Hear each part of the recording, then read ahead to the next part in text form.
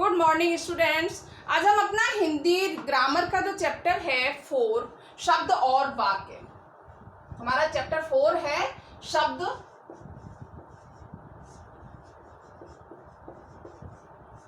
और वाक्य।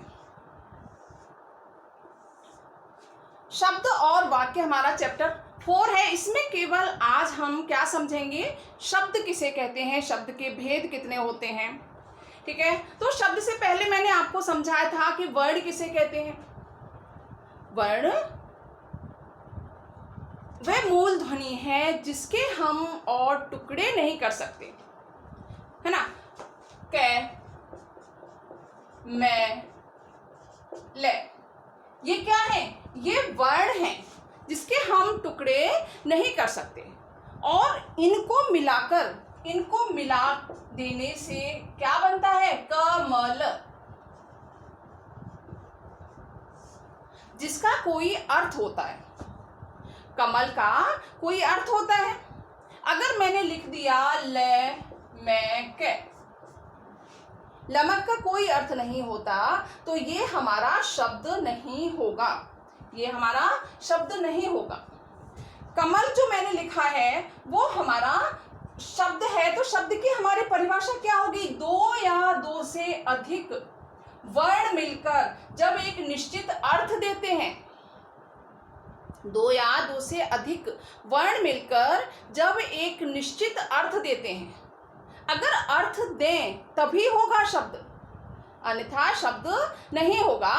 ठीक है, जब दो या दो से अधिक वर्ण मिलकर एक निश्चित अर्थ देते हैं उनको हम शब्द कहते हैं। ठीक है, तो शब्द की परिभाषा हो गई, दो या दो से अधिक वर्ण मिलकर जब एक निश्चित अर्थ देते हैं वे शब्द कहलाते हैं।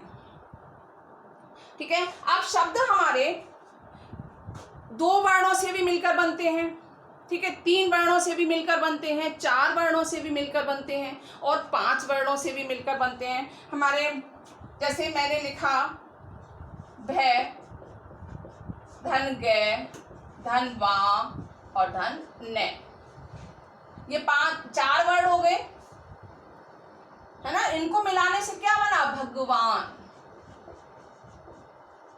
इनको मिलाने से क्या बना, भगवान।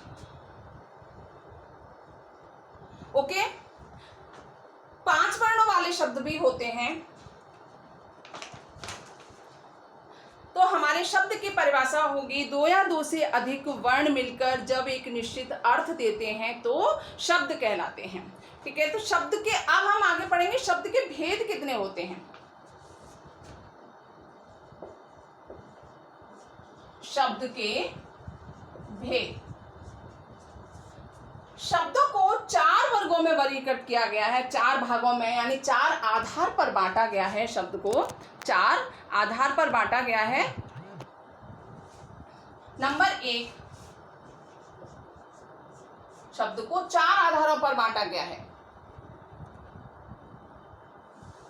नंबर एक, उत्पत्ति के आधार पर।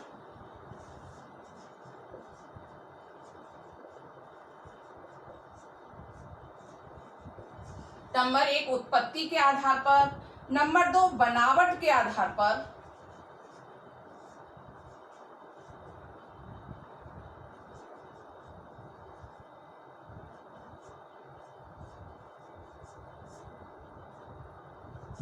नंबर तीन, प्रयोग के आधार पर।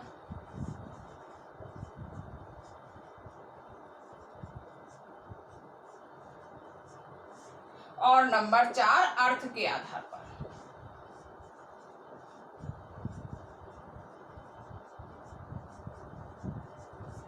उत्पत्ति के आधार पर, बनावट के आधार पर, प्रयोग के आधार पर और अर्थ के आधार पर हम शब्द को चार भागों में बांट सकते हैं। चार भागों में इनको वर्गीकृत किया गया है ना।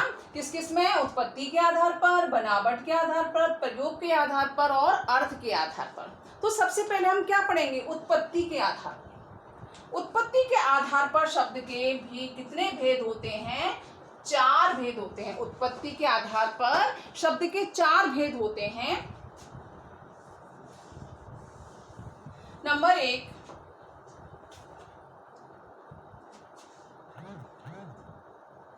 तत्सम, तद्भव, तत्सम शब्द, तद्भव शब्द, देश शब्द,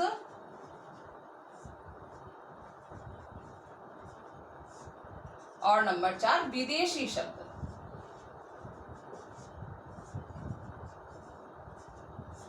ये किसके आधार पर है? ये उत्पत्ति के आधार पर हैं। तत्सम शब्द, तद्भव शब्द, देश शब्द और विदेशी शब्द। ठीक है, तो सबसे पहले हम पढ़ेंगे तत्सम शब्द क्या होते हैं।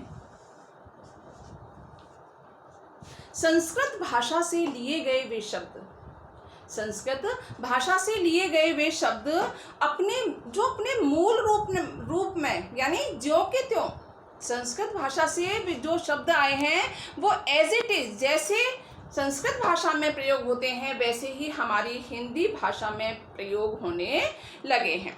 यानी संस्कृत भाषा से लिए गए वे शब्द जो अपने मूल रूप में ही हिंदी भाषा में प्रयोग किए जाते हैं वे तत्सम शब्द कहलाते हैं। जैसे कर्ण, जैसे मैंने लिख दिया कर्ण, अग्नि और क्षेत्र आदि बहुत सारे हैं। कर्ण लिख दिया, अग्नि लिख दिया और क्षेत्र लिख दिया।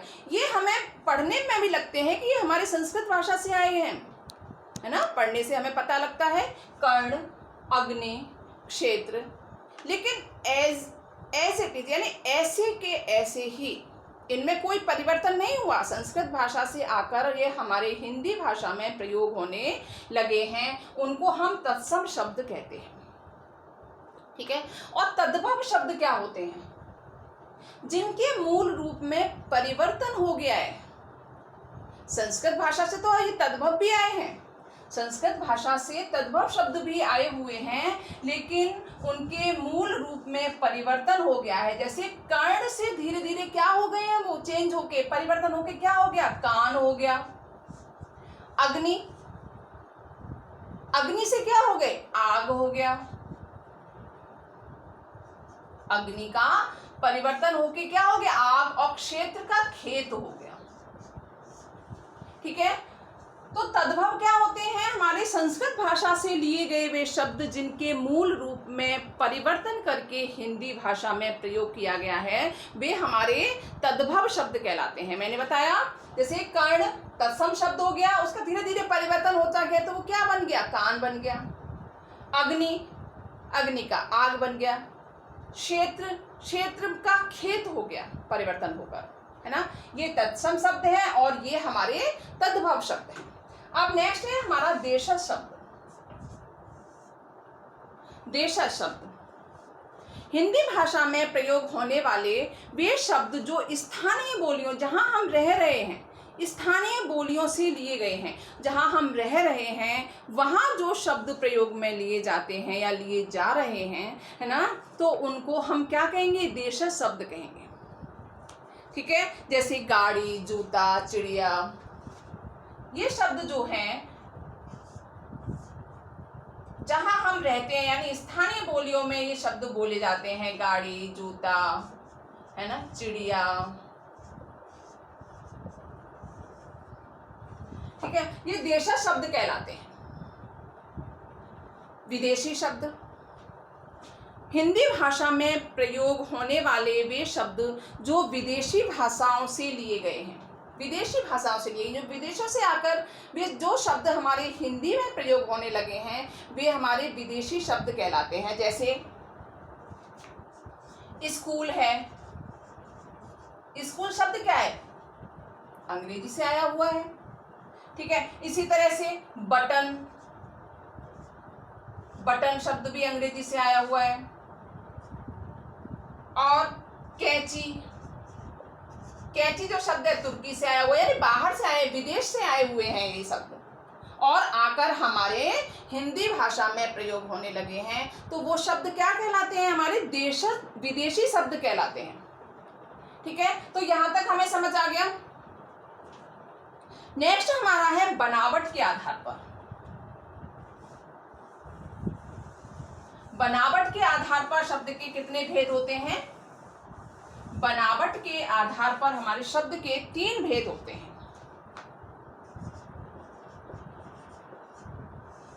बनावट के आधार पर शब्द के कितने भेद होते हैं? 3 भेद होते हैं।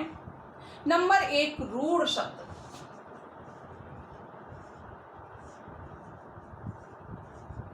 नंबर 1 रूढ़ शब्द, नंबर 2 यौगिक शब्द,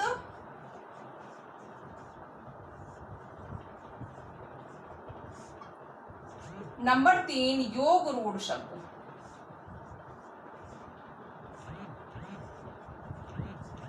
नंबर 1 रूढ़ शब्द, नंबर 2 यौगिक शब्द, नंबर 3 योग रूढ़ शब्द। रूढ़ शब्द क्या है? ऐसे शब्द जिनका खंड करने पर उन खंडों के का कोई अर्थ नहीं होता। जैसे मैंने लिखा नदी, नदी के मैंने खंड किए, टुकड़े किए, न प्लस दी, न प्लस दी, न धन दी, अलग अलग टुकड़े कर दिए यानी खंड कर दिए। न का कोई अर्थ नहीं होता और इसमें दी का भी कोई अर्थ नहीं होगा। न का कोई अर्थ नहीं होता और दी का भी कोई अर्थ नहीं होगा। ठीक है, खंड करने पर हम देख लेते हैं इनका कोई अगर कोई अलग अलग अर्थ होता है तो ये हमारे रूढ़ शब्द नहीं होंगे। और अगर नहीं होता, पानी है, रोटी है, रो का अलग करेंगे अर्थ अलग, जैसे रो प्लस टी, रो धन टी होता है, पा धन नी, इनके अलग अलग टुकड़े करने पर अलग अलग अर्थ नहीं होता, तो वो हमारे कौन से शब्द कहलाते हैं? वो हमारे रूढ़ शब्द कहलाते हैं। यौगिक शब्द किसे कहते हैं? जो ऐसे शब्द जो 2 या 2 से अधिक सार्थक शब्दों के योग से बनते हैं, यानी अलग अलग टुकड़े करने पर उन सबके अलग अलग अर्थ होते हैं। जैसे मैंने लिखा विद्यालय, हम टुकड़े करेंगे विद्या धन आलय, विद्या धन आलय। तो विद्या का अलग से अर्थ होता है और आलय का भी अलग से अर्थ होता है, यानी इन दोनों के अलग अलग अर्थ होते हैं। तो ये हमारे शब्द कौन से कहलाते हैं? यौगिक शब्द कहलाते हैं। विद्यालय, हिमालय, है ना, ऐसे शब्द क्या हैं? यानी टुकड़े करने पर जिनके अर्थ अलग अलग होते हैं तो वो शब्द हमारे यौगिक शब्द कहलाते हैं। नेक्स्ट है हमारा योग रूढ़ शब्द। योग रूढ़ शब्द 2 या 2 से अधिक शब्दों से बने यौगिक शब्द जो एक विशेष अर्थ देते हैं। यौगिक शब्द तो वो भी होते हैं, उनके भी अलग अलग अर्थ होते हैं, लेकिन उनका अर्थ एक अलग से विशेष होता है, अलग से अर्थ होता है। जैसे मैंने लिखा दशानन, दशानन 10 धन आनन, ठीक है, 10 है सिर जिसके, यानी जिसके 10 सिर हैं, लेकिन उसका अर्थ क्या होगा? अर्थ अलग से क्या होगा? किसको बोलते हैं दशानन? रावण को बोलते हैं। उसका अर्थ अलग से एक विशेष अर्थ होगा, यानी दशानन हम किसको बोलते हैं? रावण को बोलते हैं, विशेष अर्थ हुआ। इसी तरह से जलज, जल में उत्पन्न होने वाला, अलग से इसका विशेष अर्थ क्या होगा? जलज किसको बोलते हैं? कमल को बोलते हैं। विशेष अर्थ क्या होगा? यानी अलग से एक अर्थ होगा, है ना, विशेष अर्थ जिसमें होता है वो हमारे योग रूढ़ शब्द कहलाते हैं। ठीक है, नेक्स्ट है हमारा प्रयोग के आधार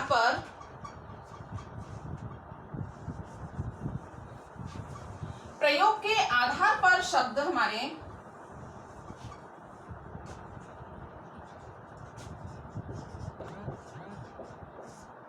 प्रयोग के आधार पर शब्द के कितने भेद होते हैं? 2 भेद होते हैं। प्रयोग के आधार पर शब्द के 2 भेद होते हैं। नंबर 1 विकारी शब्द, और नंबर 2 अविकारी शब्द। नंबर 1 विकारी शब्द और नंबर 2 अविकारी शब्द। विकारी शब्द वे होते हैं जो जिनके रूप में लिंग वचन कारक काल के कारण परिवर्तन आ जाता है, यानी संज्ञा, सर्वनाम, विशेषण, क्रिया। अगर मैंने संज्ञा ली, मैं आपको एक उदाहरण देकर समझाती हूं। जैसे मैंने संज्ञा ली, मैंने ले लिया घोड़ा, घोड़ा ले लिया, ठीक है। और अगर मैं उसको लिंग के अनुसार लिंग में चेंज करूं तो उसमें परिवर्तन हो जाएगा, घोड़ी हो जाएगी। क्या हो जाएगी? वो घोड़ी हो जाएगी, परिवर्तन हो जाएगा उसमें। इसी तरह से जो संज्ञा, सर्वनाम, विशेषण और क्रिया होती हैं, उनमें लिंग वचन पुरुष काल के अनुसार क्या हो जाता है? परिवर्तन हो जाता है, ठीक है। तो वो हमारे विकारी शब्द कहलाते हैं। विकारी शब्द कौन से होते हैं? संज्ञा, सर्वनाम, विशेषण और क्रिया, ठीक है। अब इसी तरह से अविकारी शब्द। अविकारी शब्द वे शब्द जिनके रूप, वचन, पुरुष, काल है ना के कारण परिवर्तन नहीं होता। विकारी में परिवर्तन हो जाता है, मैंने अभी बताया आपको, है ना, परिवर्तन हो जाता है, लेकिन अविकारी शब्दों में परिवर्तन नहीं होता। तो ये संबंध बोधक, क्रिया विशेषण, समुच्चय बोधक और विस्मयादि बोधक होते हैं ये शब्द, ठीक है। तो ये हम 5th क्लास में पढ़ेंगे। इसमें संबंध बोधक, क्रिया विशेषण 4th में भी है ना, समुच्चय बोधक और विस्मयादि बोधक, ये सब क्या होते हैं इनको। लेकिन ये आप ध्यान रखना कि ये सारे अविकारी शब्द होते हैं। नेक्स्ट है हमारा अर्थ के आधार पर।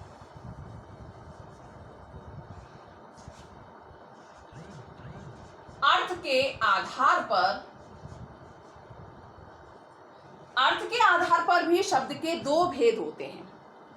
नंबर 1 सार्थक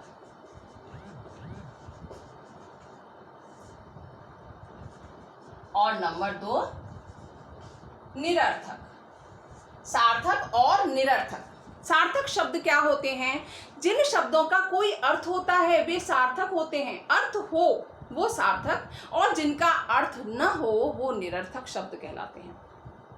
जैसे आप अपनी मम्मी से बोलते हो, मम्मी खाना वाना दे दो, खाना वाना, तो खाना का अर्थ होता है, खाना का अर्थ होता है, लेकिन वाना का अर्थ नहीं होता। पानी, वानी, पानी का अर्थ होता है लेकिन वाणी का अर्थ नहीं होता। तो पानी क्या होगा? हमारा सार्थक शब्द होगा, पानी होगा सार्थक शब्द, और वाणी क्या हो जाएगा? हमारा निरर्थक शब्द। इसी तरह से खाना क्या होगा? सार्थक, और वाना क्या होगा? निरर्थक। जिसका कोई अर्थ होता है वो सार्थक कहलाते हैं, और जिनका कोई अर्थ नहीं होता वो निरर्थक शब्द कहलाते हैं, ठीक है। तो हमने आज केवल शब्द पढ़े हैं, शब्द किसे कहते हैं, शब्द के कितने भेद होते हैं।